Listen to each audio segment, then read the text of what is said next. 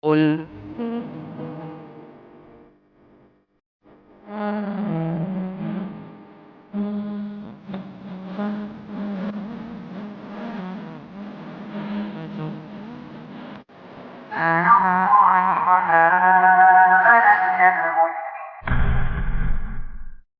Alhamdulillah wassalatu wassalamu ala rasulillah wa ala alihi wa sahbihi wasallam.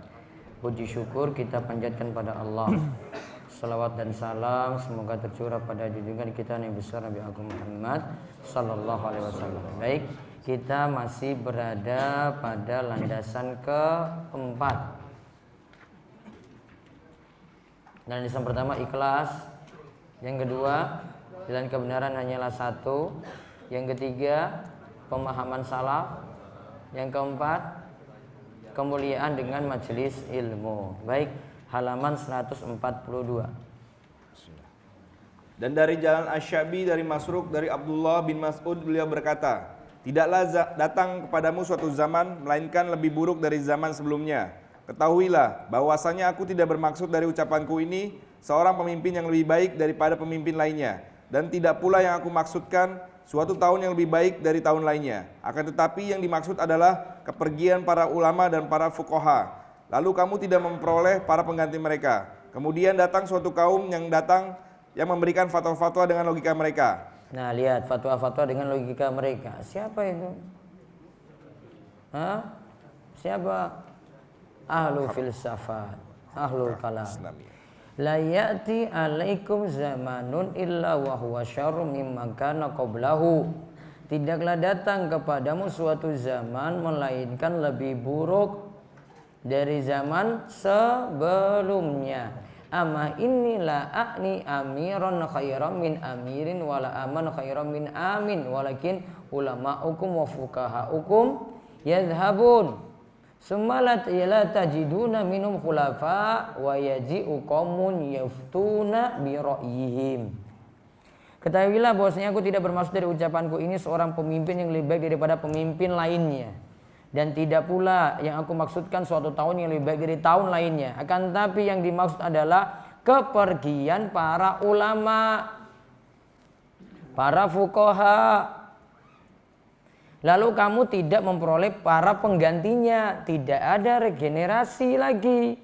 Generasi berikutnya nggak ada lagi. Lalu kamu tidak memperoleh para penggantinya. Kemudian datang orang-orang yang mudah berfatwa dengan logika.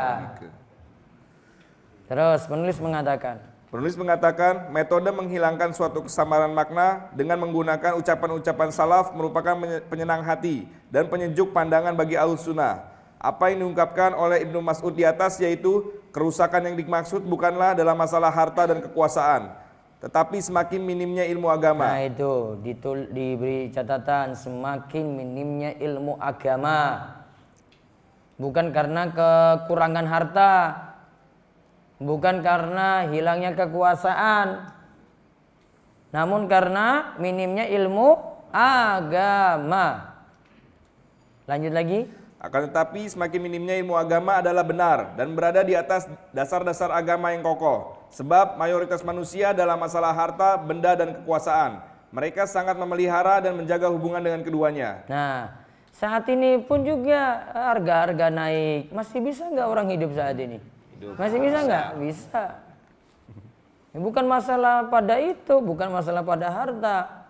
Mau apa-apa melonjak ya juga tetap masih banyak orang kaya juga. Masih tetap juga ada yang belanja. Masih tetap juga pergi ke mal-mal juga. Iya kan? Masih tetap mau beli ini beli itu, masih mampu.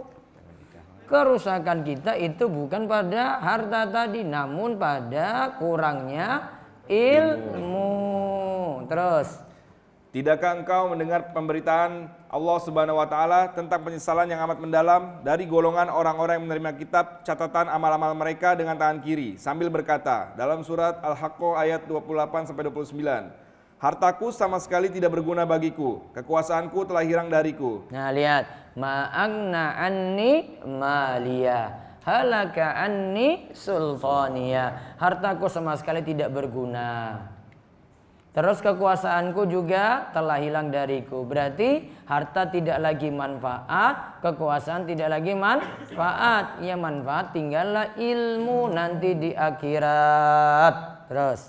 Jika engkau memperhatikan fitnah yang terjadi pada kelompok-kelompok Harokah Islamiyah, apalagi gerakan-gerakan selain mereka, engkau akan menjumpai bahwa fitnah tersebut terfokus pada dua hembusan ini, kekuasaan dan harta benda. Pertama, opini bahwasanya kebaikan, keutamaan, dan kelebihan suatu umat atas yang lainnya tergantung dan terkait pada kebaikan penguasanya. Kedua, kemakmuran perekonomiannya. Nah, itu garis bawahi itu. Nah, ini lagi singgung politik ini si Syekh ini. Iya kan? Iya. Jadi kejayaan itu bukan memperbaiki kekuasaan dan harta benda. Bukan dari ngurus presidennya dulu. Ngurus apanya dulu? Rakyatnya dulu loh ini, akar-akar rumput ini loh. Bawah dulu, bukan ngurus atas dulu. Ini yang ingin beliau singgung. Terus yang kedua, bukan perbaikan ekonomi dulu. Ya. Keimanan, akidah dikuatkan dulu. Jadi kekeliruannya Harokah Islamiyah itu ketika cuma ngurus kekuasaan, bahasan tiap hari politik terus. Bahasan tiap hari, ya. Kalau apa sekarang apa? Quick count terus nanti dibahas. Nah. Terus ekonomi, terus harga ini melonjak. Kita kalau imannya kuat santai-santai aja itu. Mau bensin mau naik kek, mau ini dolar mau naik kek. Tetap juga masih bisa ke DS, ya kan? Nah, itu coba lihat. Mau terbang, sudahlah nggak apa-apa lah. Tetap aja datang juga. Kalau nggak bisa pesawat ya sudah jalan darat saja. Masih bisa kan? Bisa. Hah? Makan lobster. Kok pikirannya makan lobster lagi? Baper banget sih ini Pak Yoyo nih. Iya, beli lobster juga masih kuat gitu. Oh iya, Masya Allah. Padahal mahal-mahal itu, coba lihat. Sate juga, masih kuat nggak beli sate? Masih kuat juga. Sambil ngopi. Padahal harga naik, macam-macam naik. Iya kan? Masih. Bukan itu solusinya. Atasi umat itu dengan ilmu. Terus, tidakkah engkau melihat? Tidakkah engkau melihat bahwa mayoritas mereka tidak menolak seorang kandidat yang akan menempati kursi kekuasaan? Meskipun kandidat tersebut adalah seorang yang sangat diidam-idamkan oleh sistem demokrasi barat yang memang sangat mengganggu. Terus. Sementara itu, sebagian mereka berpandangan bahwa pengembalian kejayaan kaum muslimin bisa dicapai dengan kemajuan modernisasi. Maka itu, mereka akan tetap penuh perhatian terhadapnya. Uraian ini menjelaskan kepadamu rahasia perhatian Abdullah bin Mas'ud terhadap upaya pengobatan kedua perkara penyakit tersebut, yaitu harta dan kekuasaan, tanpa menyebut perkara yang selainnya. Demi Allah, ini merupakan bukti pemahaman beliau yang dibukakan oleh Allah Subhanahu wa taala baginya tentang jiwa manusia. Maka hendaklah engkau mengenal, wahai saudaraku seagama, akan keutamaan para salaf dan berpegang teguhlah kepada pijakan mereka. Niscaya engkau akan terbebas dengan penuh kepuasan jiwa dari syubhat-syubhat yang ada pada jalan-jalan yang telah menyimpang itu. Sebagai penutup bahasan ini, saya mengajak untuk kembali kepada ilmu agama. Wahai orang yang sedang mencari kemuliaan dan kejayaan Islam. Dari Tamim Ad-Dari radhiyallahu anhu, beliau menuturkan, pada masa pemerintahan Khalifah Umar bin Al-Khattab radhiyallahu anhu, manusia berlomba-lomba dalam meninggikan bangunan rumah-rumah mereka. Maka Umar mengingatkan, wahai orang-orang Arab, di bumi, rendahkanlah bangunan-bangunan kalian. Bahwasanya tiada Islam kecuali dengan berjamaah. Tiada jamaah kecuali dengan kepemimpinan, dan tiada kepemimpinan kecuali dengan ketaatan. Maka barang siapa yang dijadikan pemimpin oleh kaumnya karena pemahaman terhadap agama, berarti sebuah kehidupan baginya dan bagi mereka. Dan barang siapa yang dijadikan pemimpin oleh kaumnya, namun bukan karena pemahamannya terhadap agama, berarti sebuah kebinasaan baginya dan bagi mereka. Nah, berarti semua kembali kepada pemahaman dalam agama, bukan pada kekuasaannya. Faman sawwadahu qaumuhu 'alal fiqhi kana hayatan lahu wa lahu, wa man sawwadahu qaumuhu 'ala ghairi fiqhin kana halakan lahu wa lahum. Jadi lihat, jika kepemimpinan itu didasarkan pada agama, berarti sebuah kehidupan baginya dan bagi mereka. Namun barang siapa dijadikan pemimpin itu bukan karena landasan agama, berarti kebinasaan baginya dan bagi mereka. Lihat lagi perkataan Hasan Al-Basri. Dari Al-Hasan Al-Basri rahimahullah, beliau menuturkan, para salaf berkata, kematian seorang alim ibarat munculnya sebuah lubang dalam Islam. Tidak ada sesuatu pun yang dapat menutupinya selama malam dan siang silih berganti masih ada.